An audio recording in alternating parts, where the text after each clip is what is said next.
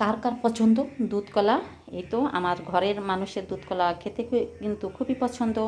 একটা মিটিং এসে গিয়েছিলো জাপানে, তখন বলছিল যে আপনাদের কি কি খাবার পছন্দ, একজনে বলেন এক এক করে। তখন আমার সাহেব বলছিল যে তার দুধ কলা খুব ফেভারিট খাবার। আর এরকম অনেক লোকই নাকি হাসিয়ে দিচ্ছে, বাঙালি বলে কথা, বাঙালি দুধে ভাতে, এরকম মাছে ভাতে বাঙালি। তাই অনেকে হাসাহাসি করছিল। যাই হোক, আমার কিন্তু দুধ আর লবণ পছন্দ। দুধ আর গরম গরম ভাত চটকিয়ে খেতে আমার কাছে খুব ভালো লাগে। এই বন্ধুরা দেখো, আমার এই রান্নাঘরের পরিবেশটা কীরকম। এরকম করে পাশে বেসিন দেওয়া হয়েছে একটা। যদি আরেকটা বেসিন দেওয়া হতো তাহলে থালাবাড়ি ধুয়ে পাশে রাখা যেত। এখন দেখো এরকম পরিবেশ। তোমরা যদি ঘর যদি নাও করে থাকো, যারা করে ফেলছে তো করছো উন্নত, আমার মতন গরিবানা মানুষ যদি কোনো রকমে করো তাহলে মনে করে কিন্তু পাশে আরেকটা বেসিন দিও, তাহলে কাজে লাগবে, তোমাদের জন্য সুবিধা হবে।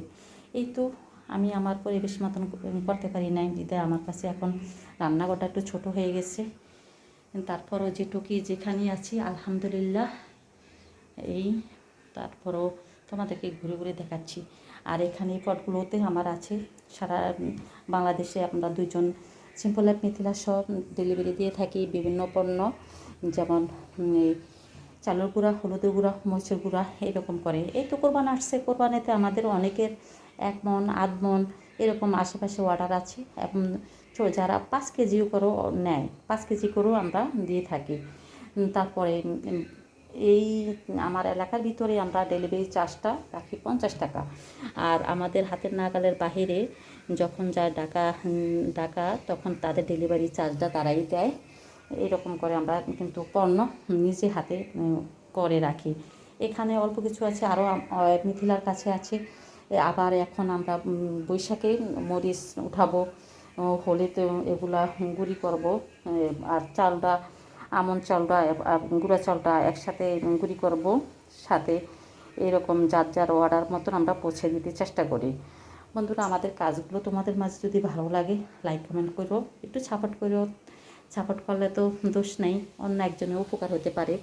যে চালের গুঁড়াটা নিয়ে একবার যদি আমার হাতের চালের গুঁড়া তোমরা খাও তাহলে তোমরা বলবা না আবার আমার কাছে চাবা, আমি এটা গ্যারান্টি দিয়ে বলতে পারবো। যতজন এই পর্যন্ত আমরা এই কাজটা শুরু করেছি, এই প্রোডাক্টগুলো দেওয়া শুরু করেছি, প্রত্যেকে ফোন দিয়ে বলতে আছে আপু এত সুন্দর পিঠা হয়, এত সুন্দর। আমার এই চালের গুঁড়োটা এমনভাবে শুকিয়ে দেই, 4-5 রোদে দেই, যাতে করে তোমাদের 1 বছরের মাথায় এই চালের গুঁড়া কেউ বলতে পারবে না এটা পুরান গুঁড়ি। একদম সুন্দর করে শুকানো জর্জরে করে থাকে এই চালের গুঁড়াটা। এই দেখো, তোমাদের সাথে কথা বলতে বলতে দুধ রাগ করে পড়ে যাচ্ছে।